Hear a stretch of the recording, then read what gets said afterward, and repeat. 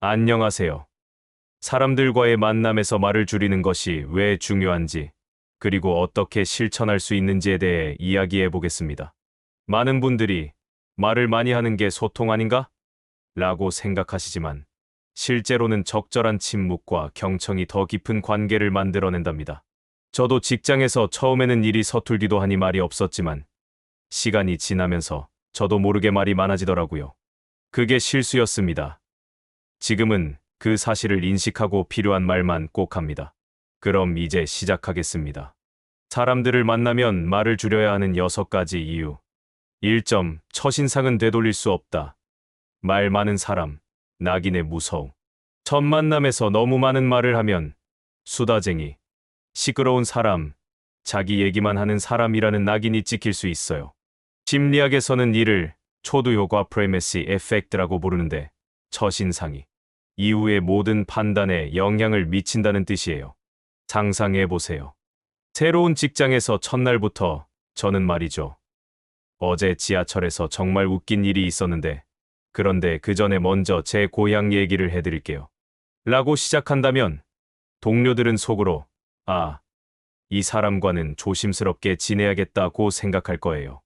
실제로 한 연구에 따르면 사람들은 처음 7초 안에 상대방에 대한 판단을 내린다고 해요. 그 7초 동안 계속 말만 한다면 상대방은 당신의 진짜 모습을 파악할 기회조차 갖지 못하게 되죠. 2점. 경청의 마법, 상대방을 빛나게 하는. 말을 줄이고 듣는 것은 상대방에게 당신이 중요하다는 메시지를 전달해요. 카네기의 명저 인간관계론에서도 강조하듯이 사람들은 자신의 이야기를 들어주는 사람을 좋아하게 됩니다. 재미있는 실험이 있어요. 한 그룹은 30분 동안 자신의 얘기만 하게 하고 다른 그룹은 30분 동안 상대방 얘기만 듣게 했어요. 결과는 자신의 얘기를 들어준 사람을 더 매력적이고 지적이라고 평가했답니다. 듣기만 했는데 더 똑똑해 보인 거죠.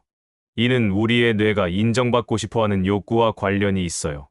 누군가 내 말에 집중해서 들어주면 도파민이 분비되면서 기분이 좋아지고 그 사람에게 호감을 갖게 되는 거예요. 3점. 정보의 양보다 질, TMI, 현상의 함정. Too much information. 즉, TMI는 현대인들이 자주 범하는 실수예요.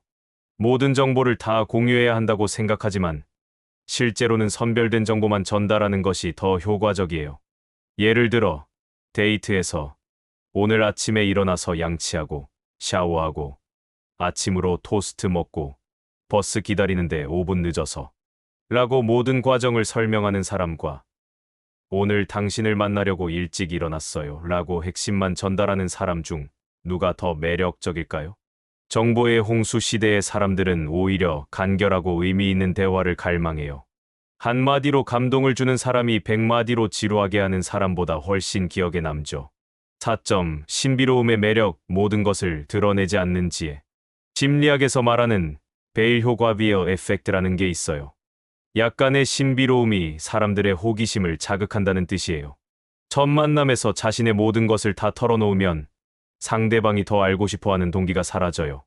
연예인들이 왜 사생활을 어느 정도 베일에 쌓두는지 생각해보세요.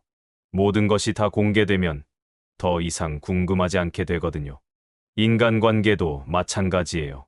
조금씩 자신을 드러내면서 관계를 깊어지게 하는 것이 훨씬 매력적이죠. 저는 여행을 좋아해요 라고 간단히 말하면 상대방이 어떤 여행을 좋아하세요? 라고 물어볼 기회를 주는 거예요.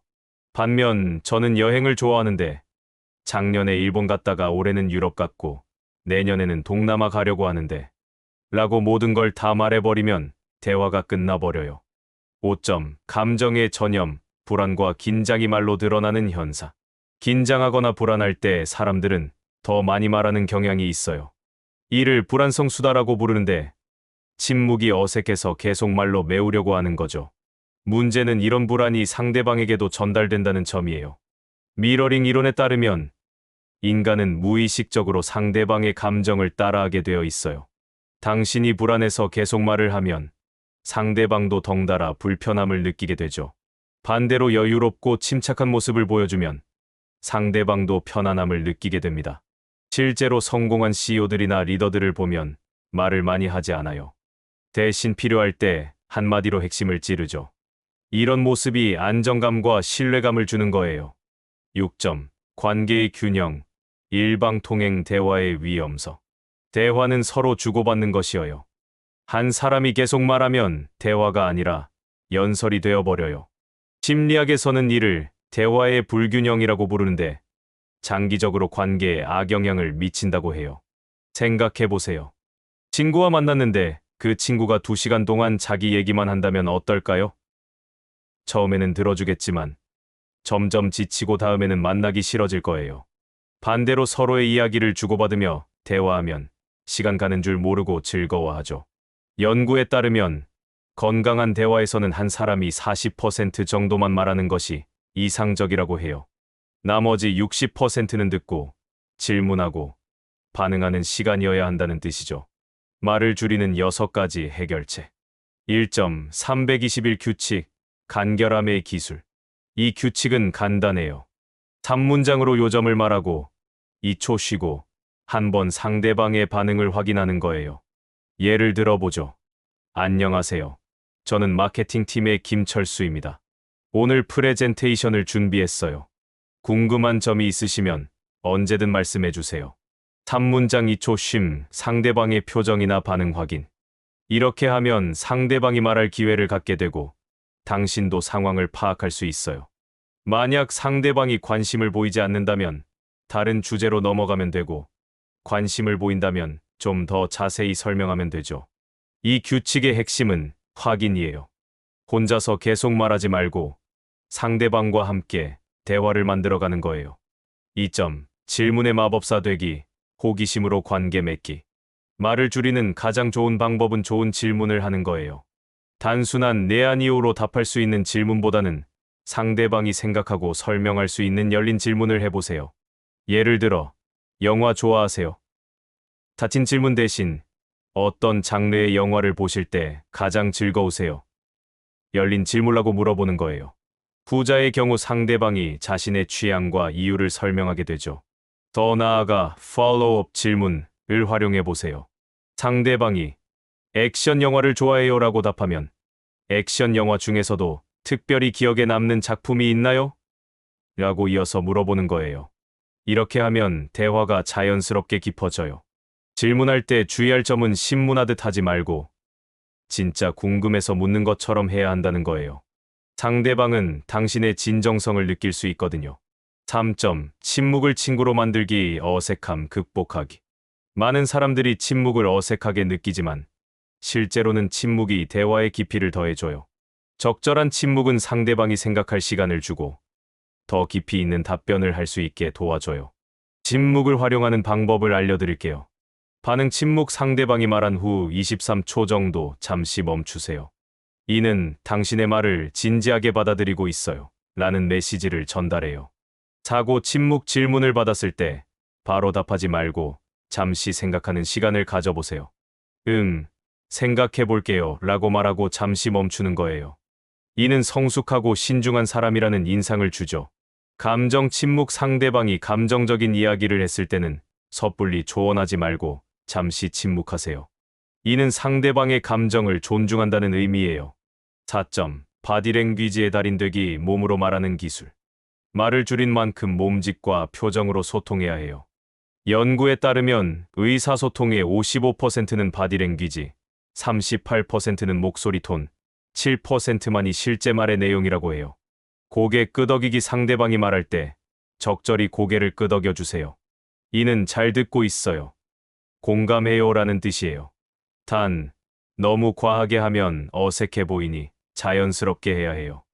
눈맞춤. 적절한 아이 컨택은 관심과 존중을 표현해요. 하지만 계속 쳐다보면 부담스러우니 35초 보고 1초 정도 다른 곳을 보는 패턴을 반복하세요. 표정 관리. 상대방의 이야기에 맞는 표정을 지어보세요. 기쁜 이야기에는 미소를, 슬픈 이야기에는 걱정스러운 표정을 짓는 거예요. 이런 감정적 동조가 더 깊은 연결감을 만들어줘요. 자세. 상대방 쪽으로 몸을 기울이면 관심을 표현할 수 있어요. 반대로 뒤로 젖히거나 팔짱을 끼면 거리감을 느끼게 해요. 5점. 스토리텔링의 기술. 짧고 임팩트 있게. 말을 줄이되 전달력은 높이려면 스토리텔링 기술이 필요해요. 좋은 이야기는 길지 않아도 사람들의 마음을 움직일 수 있거든요. 시작 갈등 해결 구조 간단한 에피소드라도 이 구조를 활용해 보세요. 어제 지하철에서 재밌는 일이 있었어요. 시작. 할머니가 자리에 앉으려고 하는데 젊은이가 먼저 앉는 거예요. 갈등. 그런데 그 젊은이가 바로 일어나서 할머니께 자리를 양보하더라고요. 해결. 미리 계획한 깜짝 이벤트였나 봐요. 감각적 표현 사용 맛있었어요. 대신 첫 숟가락에 감탄이 절로 나왔어요. 처럼 구체적이고 감각적인 표현을 사용하면 더 생생하게 전달돼요. 타이밍 이야기의 절정에서 잠시 멈추는 극적 정지를 활용해 보세요. 상대방의 호기심을 더 자극할 수 있어요. 6점. 감정 조절의 마스터. 내면의 평정 찾기. 말을 많이 하게 되는 가장 큰 이유는 불안함이에요. 이 불안함을 다스리면 자연스럽게 말이 줄어들어요. 호흡법. 대화 전에 깊은 호흡을 3번 해보세요. 4초 들이쉬고 4초 참고 4초에 걸쳐 내쉬는 444 호흡법이 효과적이에요. 이렇게 하면 교감신경이 진정되면서 마음이 안정돼요. 마음 챙김. 대화 중에 잠시 자신의 상태를 점검해 보세요. 지금 내가 너무 많이 말하고 있나? 상대방이 말할 기회를 주고 있나? 를 스스로에게 물어보는 거예요. 자기 수용. 완벽하게 말해야 한다는 압박감을 버리세요. 실수해도 괜찮고 침묵이 있어도 괜찮다는 마음가짐을 가져보세요. 이런 여유로움이 오히려 더 매력적으로 보이게 해줘요. 목적 의식. 대화의 목적을 명확히 하세요. 상대방을 알아가고 싶다. 좋은 관계를 만들고 싶다는 목적이 분명하면 자연스럽게 상대방에게 집중하게 되고 말이 줄어들어요. 이렇게 말을 줄이는 것은 단순히 조용해지는 게 아니라 더 깊고 의미 있는 소통을 위한 기술이에요. 처음에는 어색할 수 있지만 연습하다 보면 분명히 더 좋은 인간관계를 만들어갈 수 있을 거예요. 기억하세요. 진정한 소통의 달인은 말하는 사람이 아니라 듣는 사람이라는 것을.